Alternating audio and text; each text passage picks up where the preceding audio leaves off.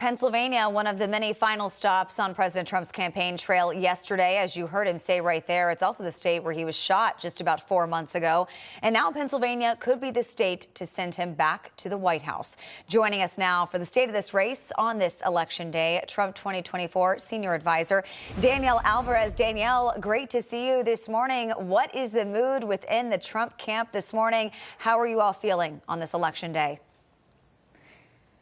It's great to be with you this morning, and thank you for having me. We are so excited to have finally gotten here on Election Day, and the president is feeling great. I was just talking to some of my colleagues who actually were traveling with him yesterday and said that they touched down in West Palm Beach about an hour ago, if you can imagine how exhausted they are, but ready to put in the work for the final day. The president will be holding tele-rallies in battleground states to make sure to get out the vote. And of course, our campaign is feeling optimistic. The president has done the work for this election. His voters are excited. The momentum is with us. And of course, he has the record that voters want as they head to cast their ballots, talking about inflation, talking about the economy, talking about securing our border, and certainly talking about turning the page from Kamala Harris. So cautiously optimistic this morning as ballots are being cast in eastern states. Yeah, hopefully there's a nap in his future and your colleagues' future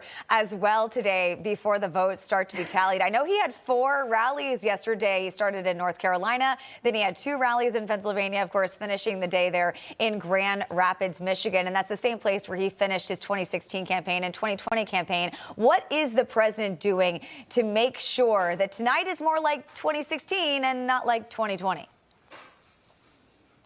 Well, as you stated, he hit 4 battleground areas yesterday, that North Carolina, Michigan, Reading, Pittsburgh.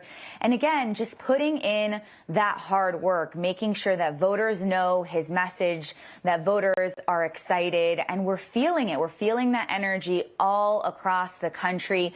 We're seeing it in early votes cast coming in. We're seeing it in absentee votes cast. And of course, today, we have to keep up pace. We have to keep up that momentum. And we certainly hope that our supporters will go to swampthevoteusa.com.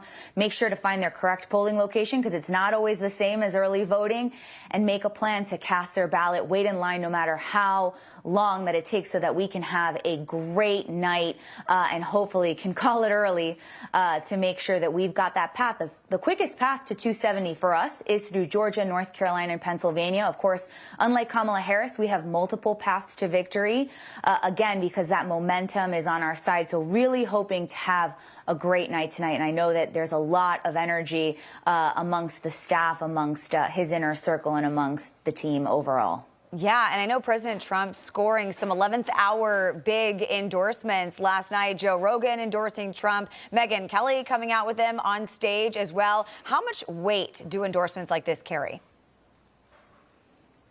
Well, in the case of Joe Rogan, I think that that's so impactful. You know, I was on X the other night, and just seeing, you know, one of the biggest political things to happen was his sit-down interview between President Trump and Joe Rogan. And I think just President Trump's ability to navigate a 3-hour conversation to talk about every sort of policy issue out there really just shows the type of leadership that President Trump is. I mean, it's something that Kamala Harris couldn't dream of doing. Heck, last night, I think our war room timed her speech, and she spoke for about 9 minutes and 30 seconds.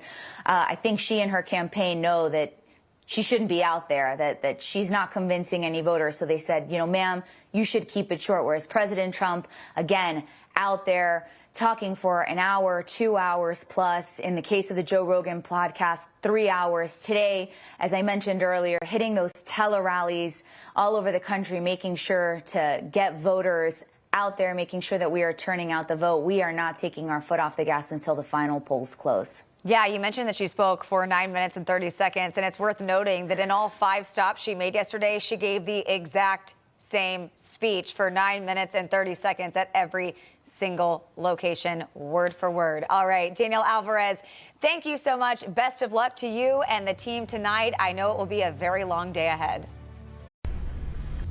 Information. Truth is freedom. Is Newsmax. It's real news for real people.